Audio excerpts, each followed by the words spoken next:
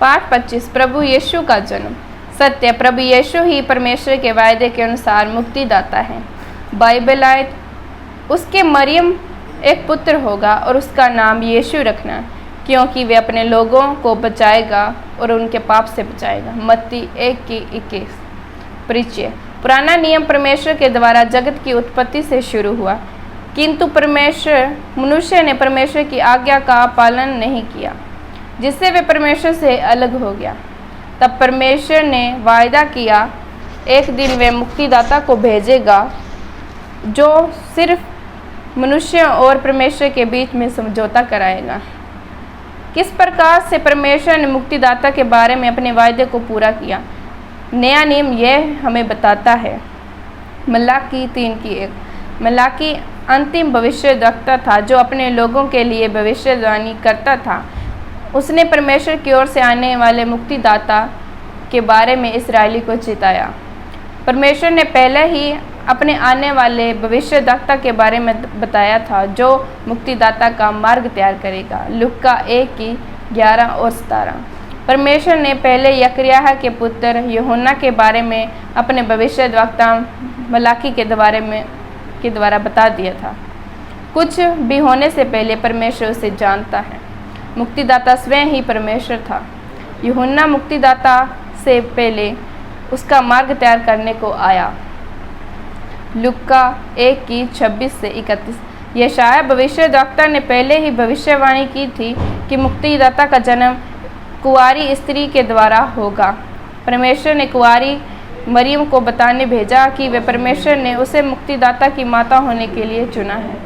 परमेश्वर स्वर अधिकारी है, उसने मरियम को चुना। बच्चे का नाम यीशु रखा गया, जिसका अर्थ बचाने वाला और मुक्तिदाता है। लूका 1:32-33। यीशु ही परमेश्वर का पुत्र होगा। यहाँ पर केवल एक ही परमेश्वर है जो 3 व्यक्तित्व में है, पिता, पुत्र और पवित्र आत्मा। परमेश्वर का पुत्र पूर्ण मनुष्य और पूर्ण परमेश्वर है। वे दाऊद का राजा वंशज और सदा का राजा है। यशायाह भविष्यद्वक्ता ने पहले ही बता दिया था कि मुक्तिदाता दाऊद के वंश से होगा। लूका 1:34-35।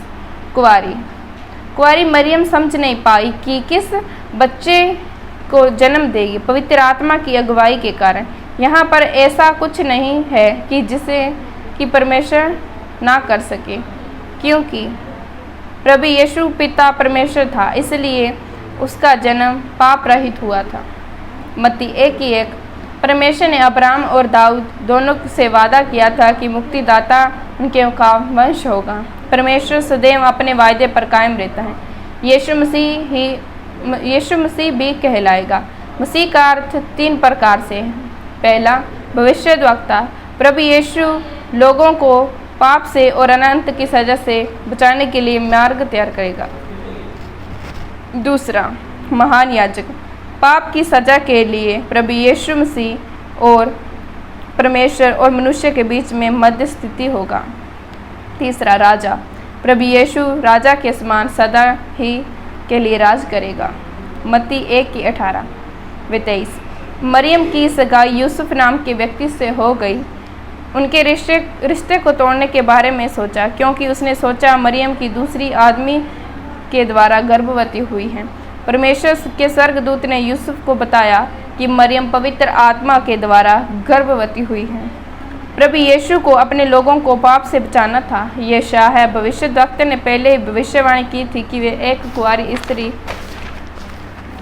गर्भवती होगी और उसके एक पुत्र होगा जिसका नाम इमानुएल होगा।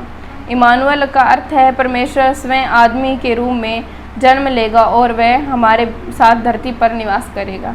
लूका 2:1-7। यूसुफ और मरियम जनगणना में भाग लेने के लिए नासरत के दाऊद राजा के नगर बैतलहम को गए। बैतलहम में मरियम ने बालक को जन्म दिया।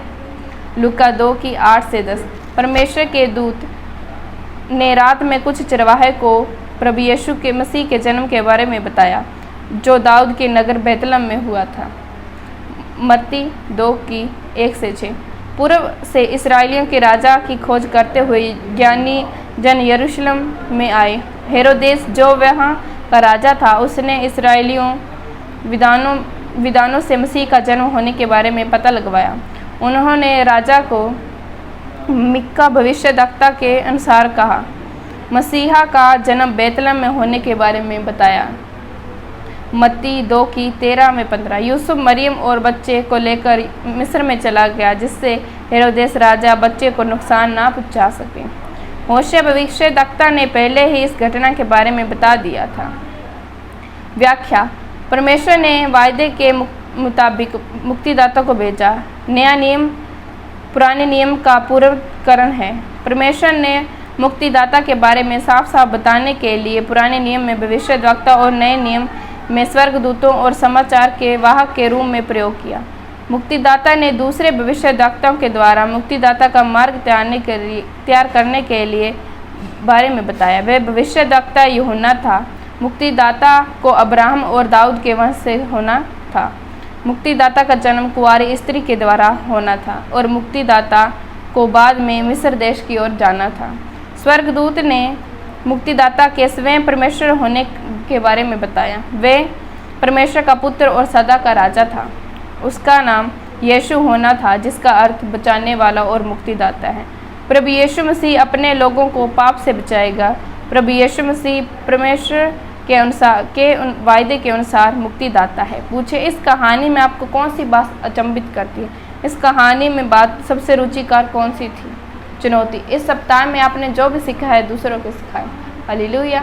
अगर आप प्रार्थना कराना चाहते हैं और इस वचन के बारे में और जानकारी प्राप्त करना चाहते हैं तो नीचे दिए गए नंबर पर कॉन्टैक्ट करें। हालेलुया। आमीन।